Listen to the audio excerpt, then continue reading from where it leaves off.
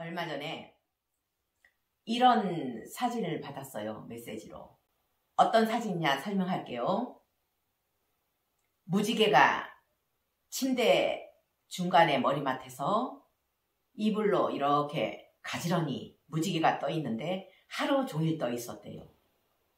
그리고 이 무지개가 위로 올랐다 내렸다 올랐다 내렸다를 반복하는 무지개가 떠 있었대요. 이 사진만 받았을 때 저는 놀라지 않았어요. 왜? 천도제하고 이런 현상이 벌어졌다고 하는데 지금까지 신비한 현상은 굉장히 많았기 때문에 이것만 가지고 놀라지는 않았어요. 뭐 예를 들어서 부처님 오신 날 옥천 하늘에 용이 떠 있어요. 아니면 무지개가 떠 있어요. 이런 신기한 현상을 저는 많이 경험했어요.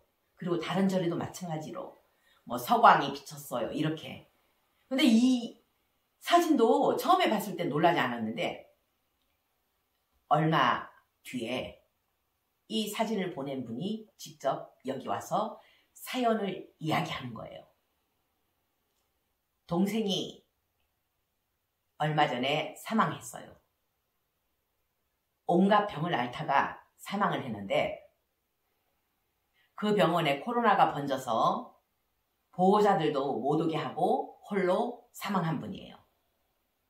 사망하고 나서 여기 4일째 와서 천도제를 했어요. 저는 49제 안 하고 7번 안 하고 그냥 한 번으로 끝내거든요. 4일째 와서 천도제를 했는데 천도제하고 이틀 후에 이렇게 무지개가 방 안에 깔렸대요. 이 방이 누구 방이냐? 지금 살아계신 그 망자의 모친방. 모친방에 이렇게 무지개가 깔려있는 모습을 사진으로 찍어서 저한테 보낸 거예요. 그리고 나서 그날 저녁에 모친 꿈속에 아들이 나타났대요. 엄마 이렇게 부르더래요. 뒤에서 엄마를 불러서 딱 뒤를 돌아봤더니만 하얀 도포자락인데 길게 늘어진 도포자락 흰 옷을 입고 나타난 거예요. 그 옷차림 뭐냐? 이랬대요. 그랬더니만 이 아들이 몰라 누가 입으라 주대. 그러면서 엄마 밥 잘 챙겨 먹고 잘 있어. 나 이제 못 와. 극락왕생한 거잖아요. 항상 저는 7일 만에 극락왕생할 수 있는 길이 열린다고 했잖아요. 그 이유는 7일 안에 극락왕생이 결정된다고 티베트 사자이서에 나와요. 이 아들은 극락왕생했다는 거를 이렇게 서광으로 비춰준 거예요. 무지개를 타고 내려온 것 같아요. 돌아가신 이분은 살아생전에 염불한 적도 없고 그리고 수행한 적도 없고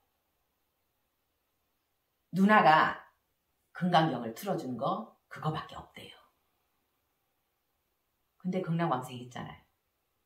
꼭 염불해야 되고 아니면은 그 극락세계를 믿어야 되고 이렇게 얘기하는 사람들이 있어요. 그건 아니라는 거예요. 극락세계를 모르는 사람이에요, 이분은. 그런데 보살의 옷을 입고 그리고 다시는 못 온다고 하면서 인사까지 하고 사라지는 거예요. 전에 제가 유튜브로 한 적이 있어요. 제가 키우던 호야. 호야가 사망하고 나서 7일째 같이 묻어준 거사님 꿈에 나타나서 비 오는데 바람 부는데 그때 태풍 불 때였거든요. 멀리서 와서 장례까지 치러줘서 정말 고맙다고 편안히 간다고 그 거사님께 인사까지 하고 갔어요. 딱 7일째. 그리고 또 복순이 황금용이 돼서 올라갔다고 제가 얘기했잖아요. 그 표시까지 했다고 했잖아요. 저희 오빠 사망하고 나서 며칠 후에 직원 꿈속에 나타났대요.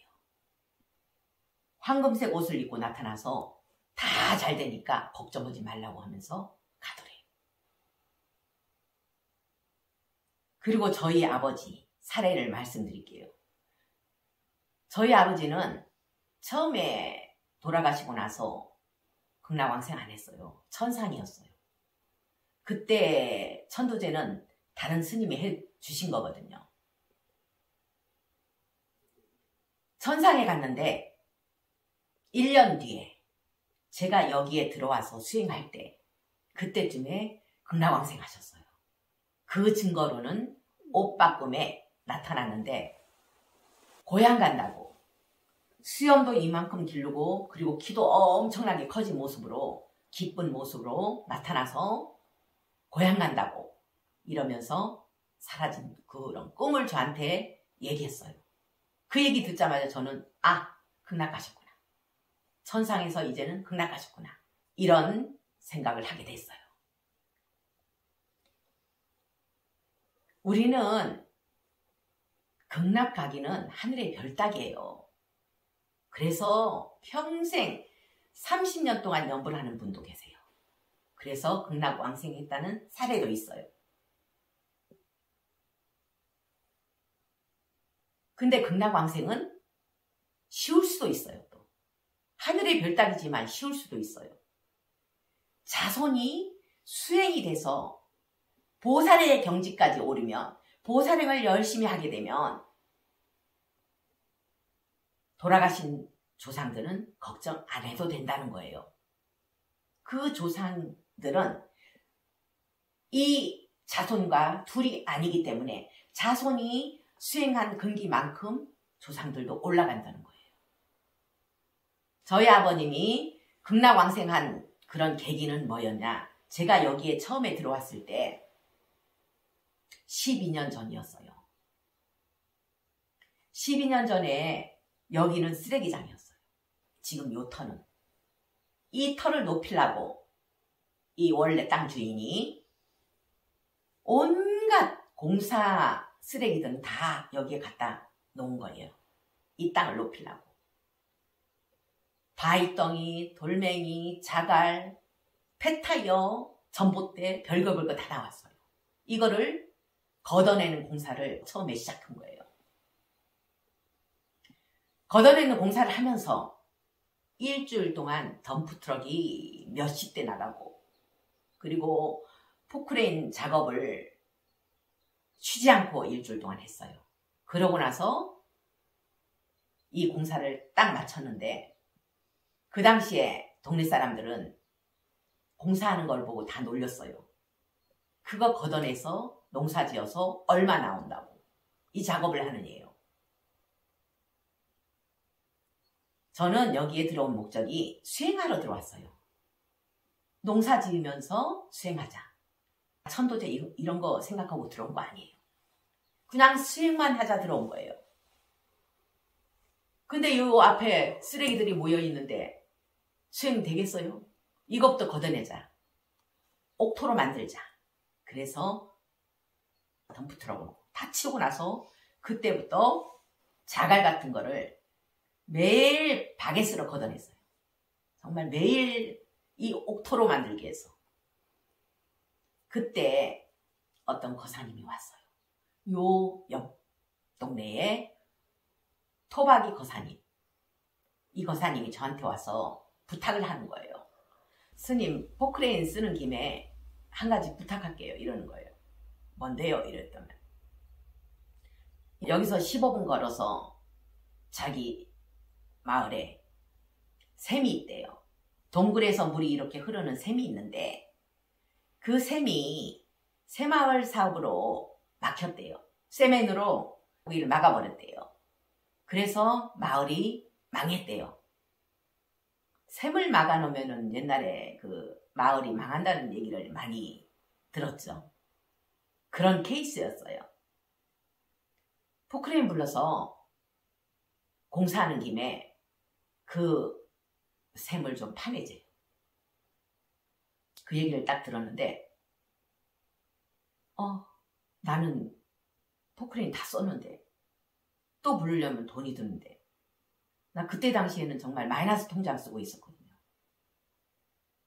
10,000원이 아까운데 돈 들어올 때도 없고 이런 상태에서 거절할까 이런 생각했어요. 한 번 부르면은 반나절 불러도 30만 원은 줘야 돼요. 그러다가 마음을 바꿨어요. 실은 거절해도 상관없잖아요. 나하고 관계도 없는 마을이고. 그래, 그 마을 그것 때문에 망했다는데 포크레인 부르자. 포크레인 불러서 그 샘을 다 파냈어요. 세면을 걷어내고 그리고 거기를 다 청소하고 20가구가 넘었는데 새마을 사업으로 그 샘을 막고 나서 한 가구도 남아있지 않았대요. 그러고 나서 몇십 년이 지나서 12년 전에 5가구가 있었어요. 귀농 1가구, 2가구, 스님 2가구, 그리고 한 분은 원래 원주민, 노부부, 건강이 안 좋아서 나갔다가 다시 들어온 분이에요. 근데 5가구가 있었어요. 그 샘을 청소하고 나서 지금 12년이 지났잖아요. 그동안에 10가구가 더 들어왔어요. 그럼 15가구죠, 지금.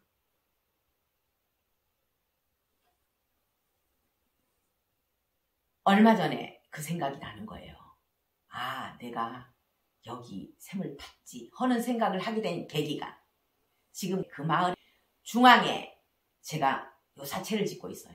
여기는 더 이상 넓히기 싫고 여기서 좀 떨어진 걸어서 15분, 차로는 5분 걸리는 거리에 60평짜리 요사체를 짓고 있어요. 미국에서 오는 사람, 일본에서 오는 사람, 그리고 저 부산에서 노인네들 펜션에 자고 오고 그리고 모텔에 자고 오고 이런 분들이 많았어요. 아침에 일찍 본인들 기도에 참석한다고. 그래서 거기를 요사체로 만들고 있는데 60평 대저택을 짓고 있는 거예요.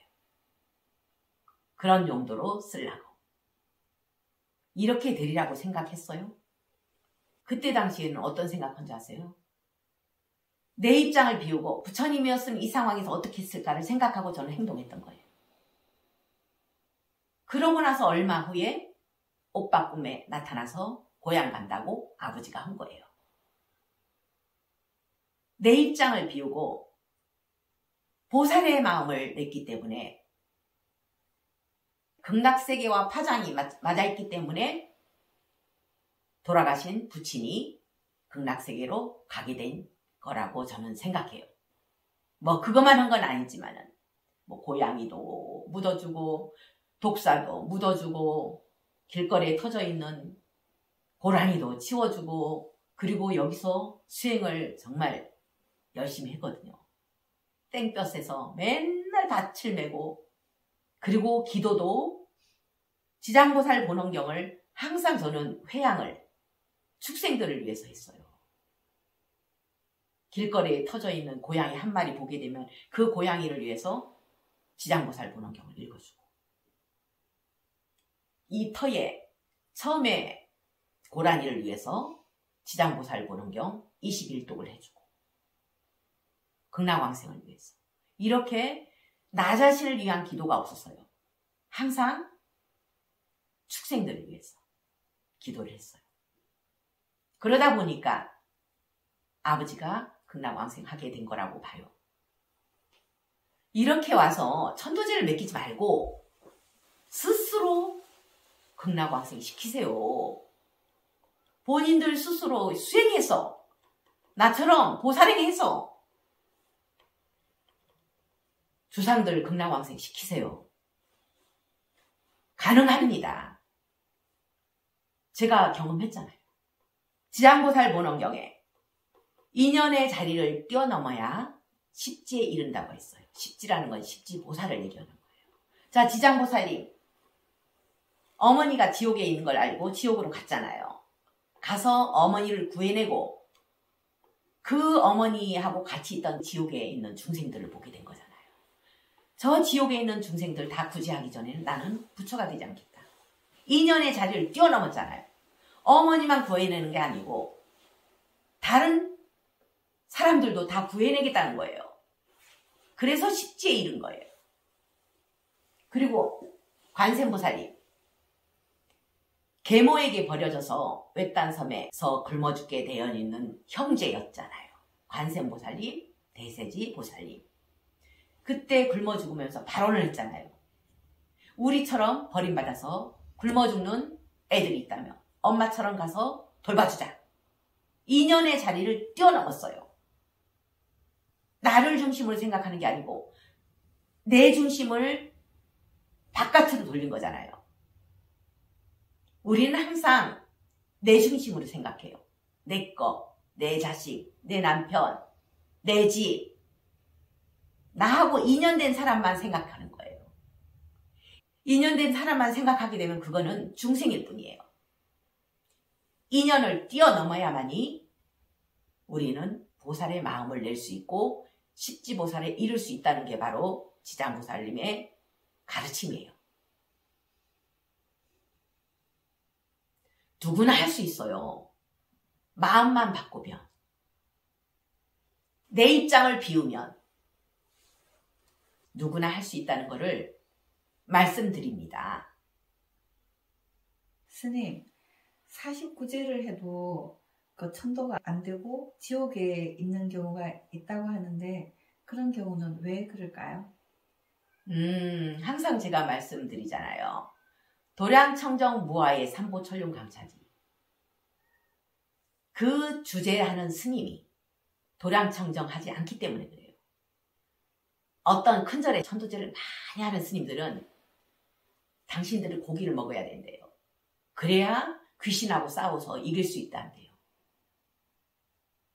이 천도제가 귀신하고 싸우는 거예요? 그게 아니고 내 도량이 청정하면 이분들은 주파수가 맞아있기 때문에 언제라도 강림하신다는 거예요. 그게 도량청정 무아의 삼보철륜 강차지. 천도의 원리는 바로 도량청정 무아의 삼보철륜 강차지. 근데 도량청정 안 하기 때문에 천도가 안 되고 그냥 지옥에 있고 49제 지나도 7번 해도 천도를 못 시키는 거예요. 그리고 어떤 스님들은 이런데요. 비구니 스님은 천도를 못한다. 아니, 불보살님들이 비구 스님, 비구니 스님 차별하면서 내려와요? 차별하면서 여기에 내려옵니까? 아니잖아요. 도량청정 무아의 삼보철륜강차지라고 저는 항상 천도의 원리를 이야기했어요. 아까 극락왕생 사례들 보면은 도량청정 했기 때문에 내가 한 게 아니고 이분들이 한 거예요. 이분들이 내려와서 업장소멸하고 이 영가 올려보내고 하는 거지 내 힘으로 하는 거 아니에요. 고기 먹으면 더 못 내려오죠. 왜? 청정하지 않기 때문에. 항상 주파수가 맞아 있기 때문에 내려오는 거죠. 주파수 맞으려면은 스님이 청정해야 된다는 거. 고기 먹으면 절대 청정하지 않고 이분들이 제일 싫어하는 거 고기인데. 맞잖아요. 그리고 힘으로 싸우는 거 아니에요. 귀신하고 싸우는 게 아니에요. 인간은 천도를 시킬 수 없어요. 이분들이 하는 거예요. 육도를 벗어난 이분들에게 다 의뢰를 하는 거예요. 단지 나는 의식만 할 뿐입니다. 의식만. 그럼 좀 전에 집에서 우리가 공부하면서 우리가 수행을 하기 때문에 우리 가족들을 뭐 천도할 수도 있다는 말씀을 아까 하신 거였잖아요. 예. 그렇다면은 저들도 자기 자신을 도량청정 무아해가 되려면 채식은 기본이라고 생각하시나요? 네. 도량청정하려면은 채식은 기본이에요. 왜? 이 도량이잖아요. 이 도량. 그리고 절도량. 어떤 절에는 천도제를 한다고 고기를 얹어갖고 한대요. 그게 도량청정 아니잖아요. 천도 되겠어요? 말도 안 되죠. 그리고 절 안에 냉장고에 고기가 재어 있으면 이 도량이 청정한 거예요? 아기들만 불러들인 거죠. 아기. 고기 좋아하는 아기들. 불보살님들이 강림하시는 게 아니고 아기들이 이 절에 머물고 있다는 거예요. 그래서 불보살님들이 못 내려오신다는 거예요. 탁한데 어떻게 내려와요? 주파수가 맞아야 되지. 자, 이런 여러 가지 사례를 통해서 우리는 뭘 알 수 있나? 스님들한테 의지하지 말라는 거예요. 스스로 수행해서 보살행을 해서 내 경지를 보살의 경지로 만들어 놓으면 지장보살 보능경만 읽어도 바로 천도된다는 거예요. 알겠죠? 천도의 원리는 바로 도량청정 무아의 삼보철령 강차지입니다.